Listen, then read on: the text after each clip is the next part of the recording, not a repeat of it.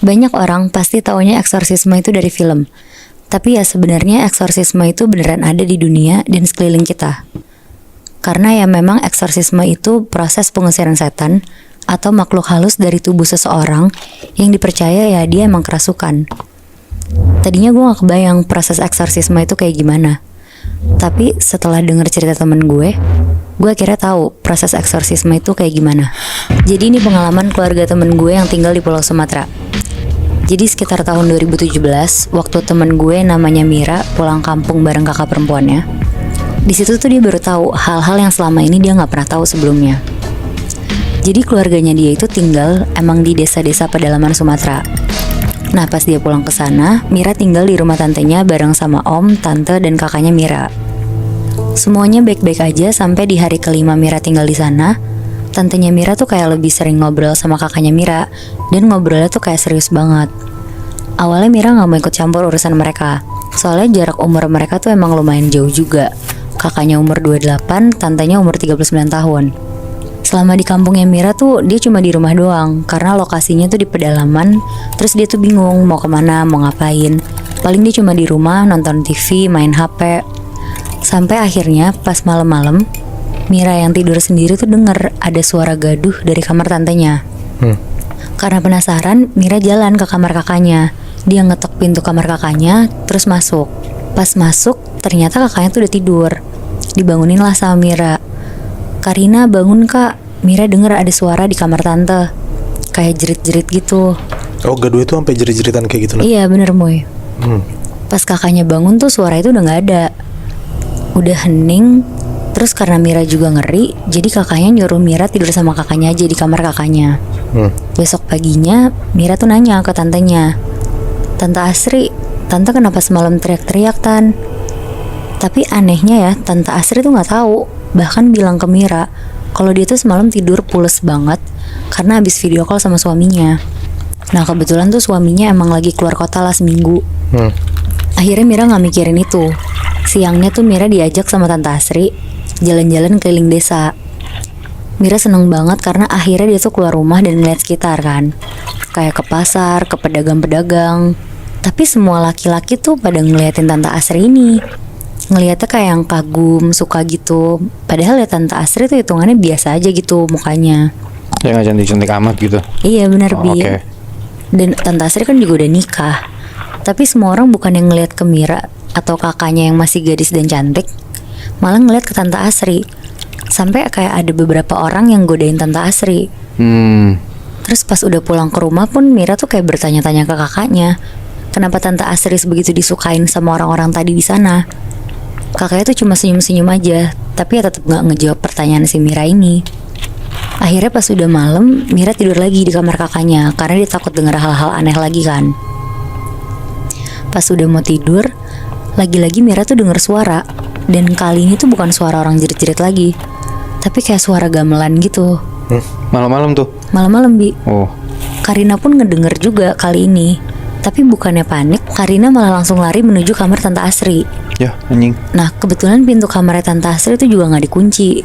Karina langsung masuk ke dalam kamar. Terus Mira ngikut dari belakang.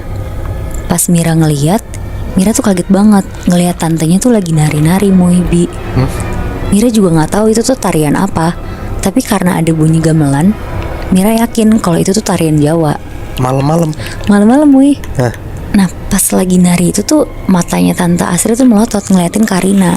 Di situ Karina langsung nyamperin Tante Asri, dia pegang badannya, dibacain doa dan langsung ditidurin di kasurnya. Pokoknya malam itu tuh mereka tidur bertiga di kamar Tante Asri buat ngejagain si Tante Asri ini. Paginya Mira tuh langsung nanya lah ke Karina, kalau Tante Asri tuh sebenarnya tuh kenapa sih? Tapi kali ini Karina langsung jawab kalau sebenarnya Tante Asri tuh dicurigain pakai susuk. Oke. Nah akhirnya Karina ngobrol berdua sama Tante Asri buat mastiin itu. Karena ternyata obrolan mereka beberapa hari lalu itu tuh Tante Asri curhat kalau malam-malam dia tuh selalu ketindihan. Bahkan dia juga suka pingsan tiba-tiba setiap mau tidur. Nah ternyata Karina tuh baru jujur ke Mira kalau sebenarnya dia tuh bisa ngebantu ngusir-ngusir makhluk yang nempel di badan manusia gitu. Makanya si Karina ini sama Mira itu ke kampung karena ada alasan itu. Iya bisa jadi kayak gitu juga sih Bi. Oke. Tapi si Karina ini tuh nggak mau ada niat buka praktek. Dia cuma mau bantu orang terdekat aja. Mira sempet lah shock banget karena selama dia hidup dia tuh baru tahu kalau kakaknya sendiri tuh bisa kayak gitu. Dan bahkan sampai ngebantu orang. Ya. Terus kakaknya juga bilang ke Tante Asri, cara ngilangin semua ini tuh cuma dengan satu cara, yaitu susuknya dia tuh dilepas semuanya. Tapi Tante Asri tuh kekeh gak mau, karena dia bilang dia tuh sebenarnya gak mau pisah sama suaminya. Karena ternyata Tante Asri tuh udah nikah 5 kali, dan dia mau ini yang terakhir untuk dia. Oke. Tapi caranya pakai susuk. Iya Moy, Anjing. Jadi buat dapetin suaminya yang sekarang, Tante Asri emang pakai susuk. pakai susuk. Oke, terus? Akhirnya karena tantenya kekeh gak mau ngelepas, Karina nyuruh Mira untuk tidur di kamarnya Rina aja. Si tante biar sendirian tidurnya.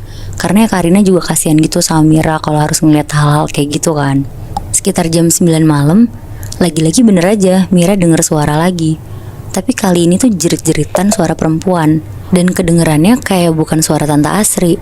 Karina langsung lari ke kamar Tante Asri. Dan pas Karina lihat, Tante Asri tuh udah kegeletak tidur di lantai. Mukanya berubah jadi agak gosong. Matanya merah kayak mau keluar sambil teriak-teriak gitu. Terus kadang tuh suara perempuan, kadang suara laki-laki berat.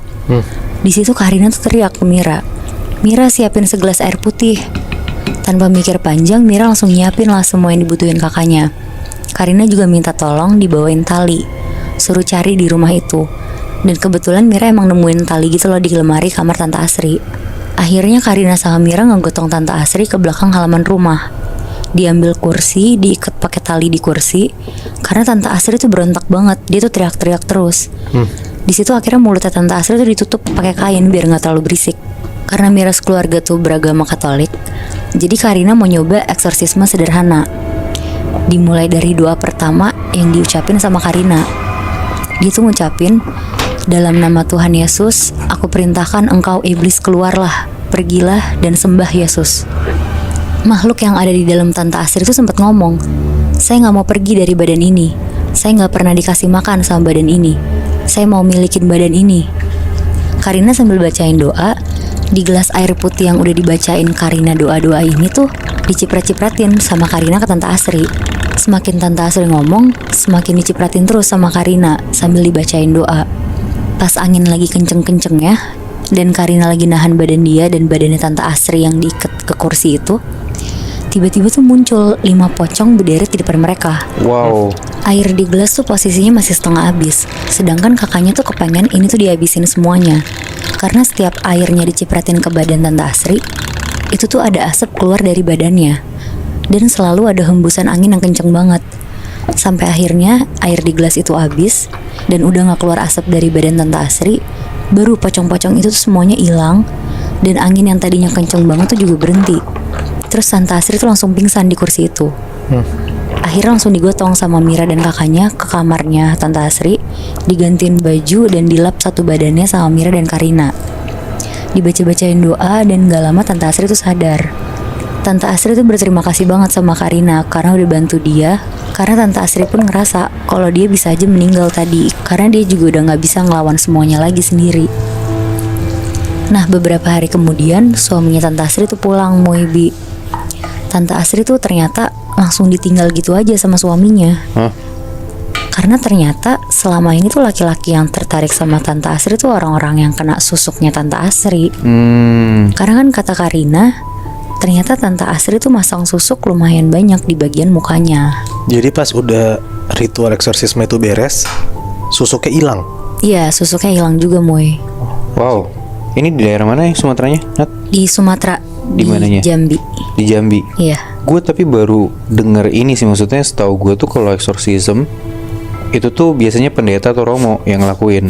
Iya. Tapi kalau misalnya si Karina ini yang gue nggak tahu dia setinggi apa ilmunya, cuman kalau misalkan umurnya pun masih muda dan dia bisa nge-eksorsis, menurut gue gokil banget sih, hebat banget ya. Makanya mungkin eksorsismenya masih yang sederhana gitu kan, Bi? Betul. Nggak yang harus pakai kayak baju atau simbol-simbol Kristiani gitu kan.